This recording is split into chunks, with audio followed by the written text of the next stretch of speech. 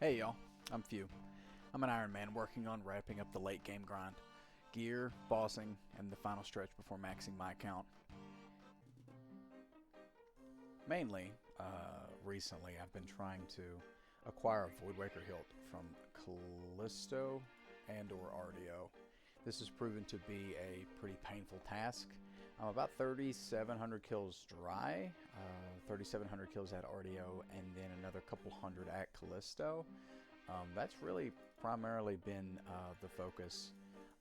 Long term, I do want to max this account. We're getting very close.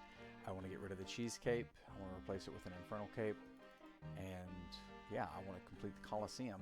I've come fairly close to accomplishing a lot of those feats, but none yet. So you can check the Voidwaker here. Very sad. You can go to raids. A few of the other pieces that I'd like to complete there. Any of these mega rares would be delightful from raids 1. At top, we have a scythe actually, so thank goodness for that. We don't have to worry so much about that. And at TOA, we're done there except a shadow. So moving forward, I think that's where the focus is going to be. There have been a lot of changes at TOA, and I'll get into that a little later. But yeah, I'm excited to put together some clips and share them. So let's get into it. The TOA changes have came out this week with the summer sweep up, so my buddy Blimpy and I thought we would try it out. So if you don't know, in the summer sweep up, Jagex dropped some major updates into TOA. Starting off across like all the boss rooms, they've all received an update or two. Baba specifically, the main deal here is that you no longer take chip damage. In Akka, he now only plays against one style, and so with that you can use the Shadow and you can use the Bofa for 2 of the phases instead of just the 3, and in the Enraged phase, the number of little orbs are reduced. In Kefri, the main deal is the Scarabs. They're no longer scale their defense with the rage level, which is huge. And yeah, across the board, it's a lot better. It's a lot more fun. The loot's been rebalanced a little bit, but overall, it's a much better experience, at least from the bit that I've done.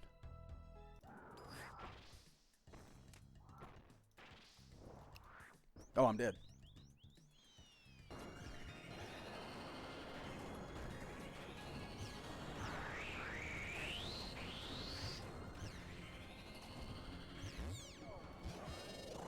Hearts up. Hearts up. Hit him with the Pants. bats real quick. Pants off. Hit him with the bat. Pants off. Here we go. Never lucky. Never.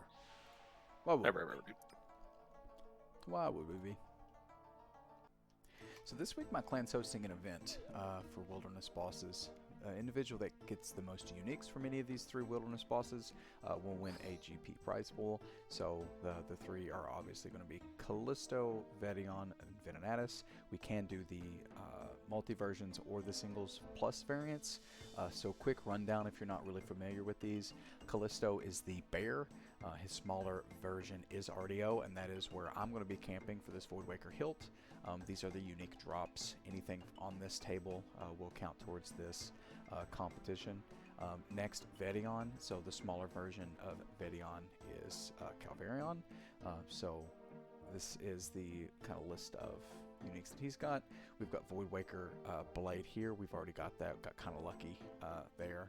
Next is Venenatus. His variant is Spindle, and that drops the Voidwaker gem. So these are super fun bosses to do. I'm not a big fan of the multi versions, but they are fun to mass with clanmates. The smaller variants are pretty easy to do and get away with, and get away from PKers in singles plus. It's not too bad.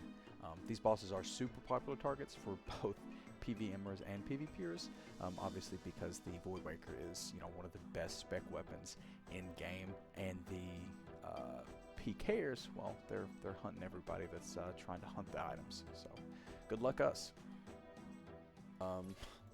I want to be free.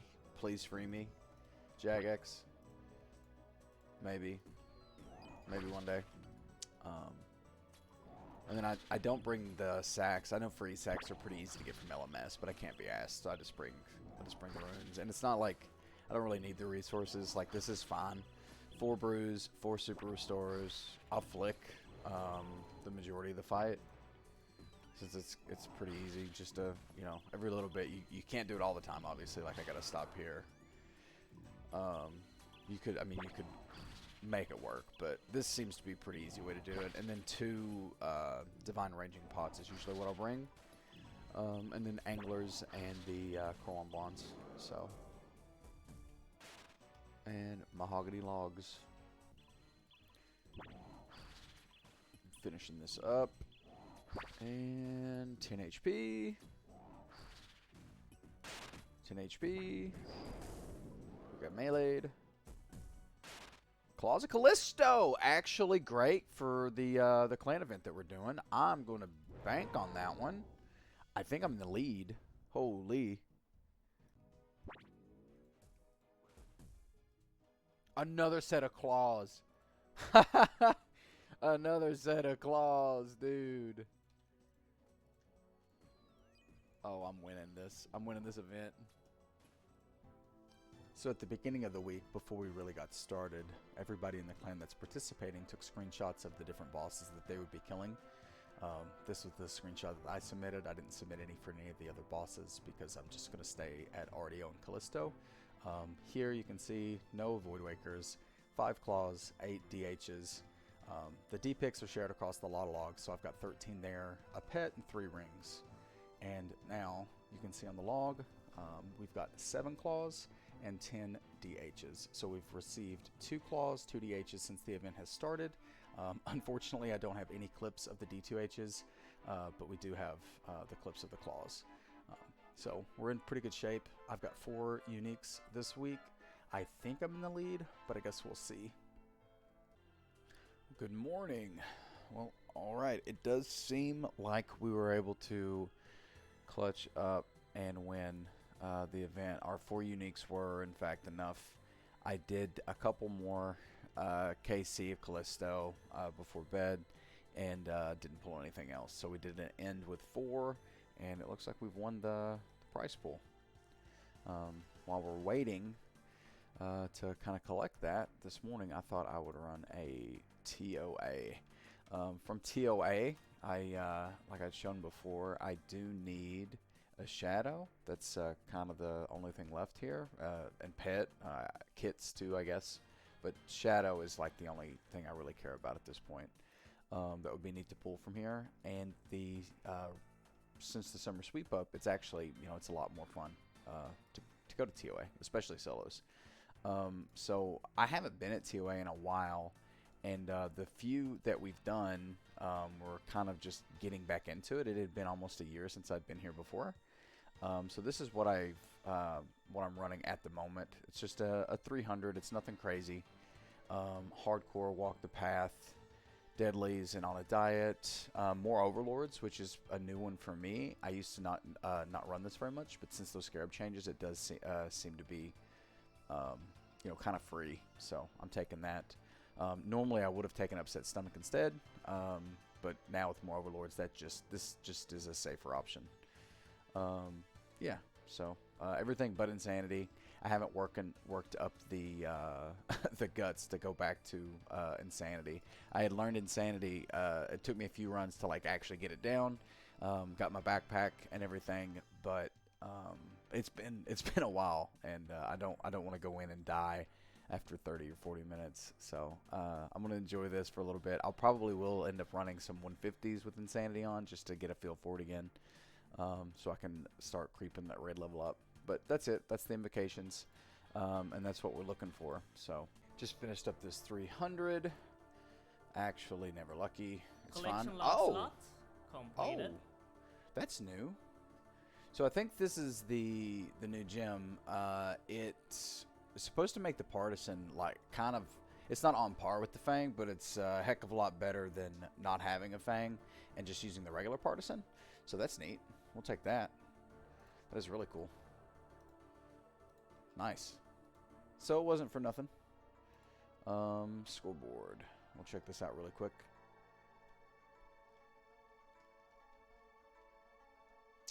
Yeah, we ended up taking quite a bit of damage. Especially in Zabak. That ended up taking a while.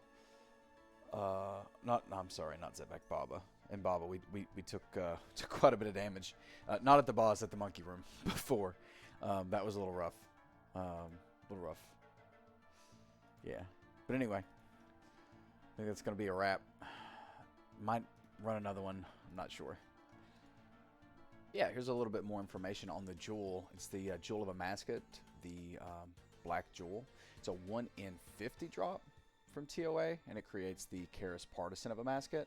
And reading up on this, this is going to require 80 attack to equip. So if you're somebody, if you're an Iron who's trying to get into TOA, you don't have a Fang yet, and you know maybe you're kind of struggling with a Zami Hoster or something, this is going to be a huge pull until you get that Fang. So if you can see the bonuses, it gives it a plus 50 increase to stab and 22 strength bonus compared to the other variants of the Partisan while inside of TOA. So it fits between the Zamarakian Hosta and the Asmontan's Fang in terms of strength, being ideal for players who don't have the ladder yet. So that's pretty big. This is really big. It's a 4-tick weapon just like the others. It's got 108 stab, which is crazy, and 67 strength bonus and 3 prayer bonus. So that's huge. Yeah. So if you're trying to get into TOA and you're kind of unlucky on some of the other weapons, maybe you've got a Hosta or worse. You know, it seems pretty viable. You could probably rip your 100s or 150s until you get this black jewel to suffice until you get a Fang. You could get lucky and get a Fang also. But yeah. So this was new. This was part of Summer Sweep Up. Pretty cool. That's going to wrap it up for this video. I appreciate everybody that took the time to watch it all the way through. If you did, let me know what you liked. Let me know what you didn't like so that I can improve these. It was definitely a lot of fun to mash up some clips of the week and put something out. I definitely think I'm going to be doing more of these moving forward. So any feedback is going to be appreciated. But until the next time, peace.